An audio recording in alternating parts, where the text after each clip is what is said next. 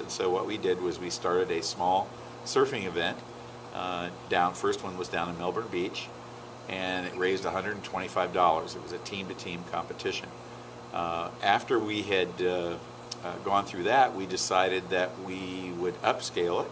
So we went to a couple times a year, and we were making a couple $1,000s with each tournament, and we at that time began to amass a lot of press, and it was really quite attractive. What we would do with the money was we would take it down. We kept in this theory. We take it down in a brown lunch sack, and whether it was the $125 or whether it was $2,000 or $3,000, we did it the same way. And we supported the Melbourne Kidney Center in Melbourne, Florida, and also the Orlando Central Florida Kidney Center.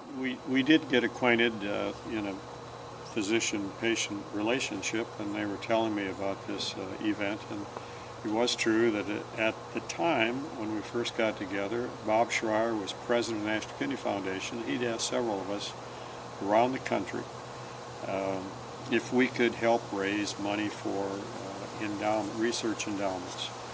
And so we took on the challenge. So you may recall we went to the annual meeting, or I guess it was a quarterly meeting of the board meeting of the Kidney Foundation of Florida, and made the bold proposal that we would do this as a fundraising event, and oh yes, we needed to borrow $18,000. And the organization was not wealthy at the time, and they didn't really know us very well. But we twisted their arm. It was in Tampa, as I recall. Mm-hmm. And they agreed to loan us $18,000 on our good name because we had no collateral otherwise. Well, that was where Craig's credibility came in really handy. And it was very hot, I remember that. And I also remember that I was walking around in shorts and a T-shirt, the event shirt. Right. And I had my briefcase, and by the end of the Sunday evening, I had that briefcase pretty full of money. And then I got nervous about it because there were a lot of unusual individuals walking around there that made you take notice. But anyhow, it went well, and there was the miracle with the waves. I remember when I first got down there, saw the scaffolding and looked out on the Atlantic Ocean, I turned to Rich and I said, "Where are the waves?" We were missing something. It was dead calm flat. But anyhow, we did get the waves, and it was a good event, and it set in motion a process that has raised a tremendous amount of money for the National Kidney Foundation. It's a tremendous event, huge event, and it could raise $1 million with all the stars lining right. Right. So, but really the credit goes to these two guys. I just suggested that maybe we could make it larger. And I would suggest that we probably wouldn't have had a dime of it if we didn't have the credibility of Dr. Tischer. So it really was the not only were we pulling the MD card, but we were pulling the very well-known MD card, and that helped us out tremendously. And it did in sponsor solicitation, but also in making sure that we had the right message. And that was important to us because really the donor and kidney awareness problems, we probably got out better than almost any project in the country at that time. We've been a launching pad for Kelly Slater, CJ and Damian Hobgood, Corey and Shay Lopez, all these guys that were on the world tour. And Matt Keckley and, just phenomenal, Greg Taylor, phenomenal surfers. And some of them have come back and turned out to be some of our best volunteers, which we really appreciate. Now the contest is on Labor Day weekend every year. Yeah, was there a reason? Labor Day weekend every year. There's a good reason for that. Yeah, the reason for it is because Labor Day usually has some of those big old storms out there, and our best chance of having waves, rather than we thought about July 4th, and we thought about some other things, but Labor Day afforded us the chance to really have some good surf. It worked out well. Worked out really well. And we've groomed a lot of fantastic surfers. You know, I mean, as I said before, Kelly, the 10-time world champion, was really brought up on our event. His dad was one of my best volunteers. He used to build the trophies and that kind of stuff. His brothers were surfing in our event and helping build things.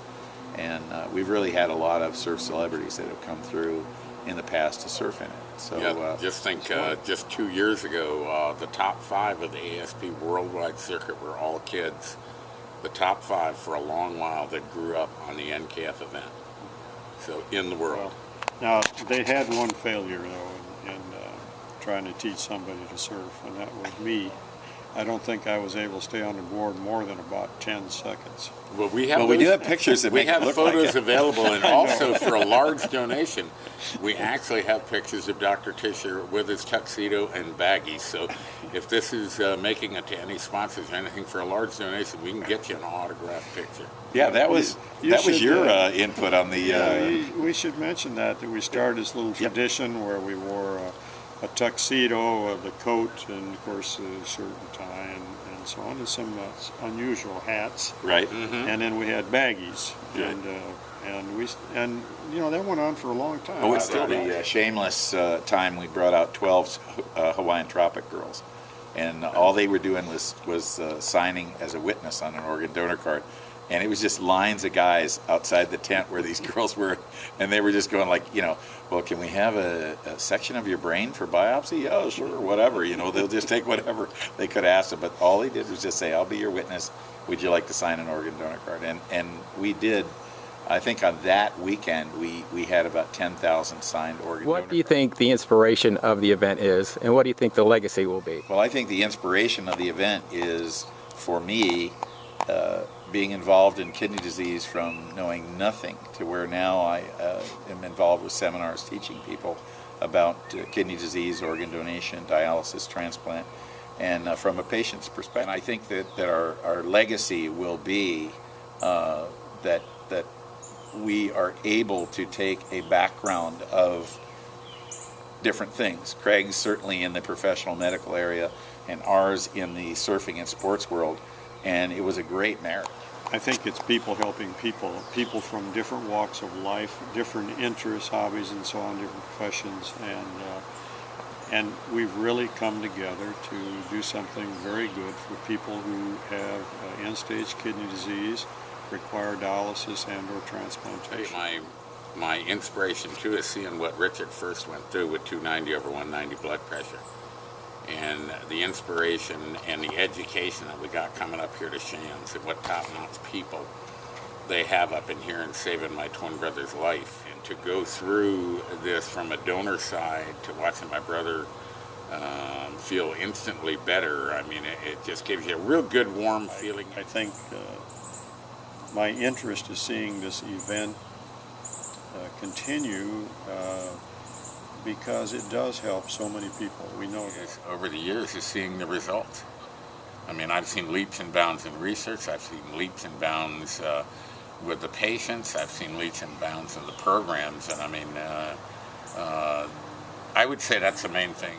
But I always somehow came out on the other side, and you know, God had a bigger plan and picture for me than to pass away a number of years ago, which I easily could have done.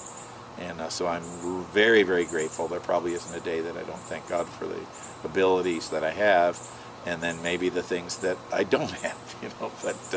But I'm glad along the way that we've had a chance to leave something great.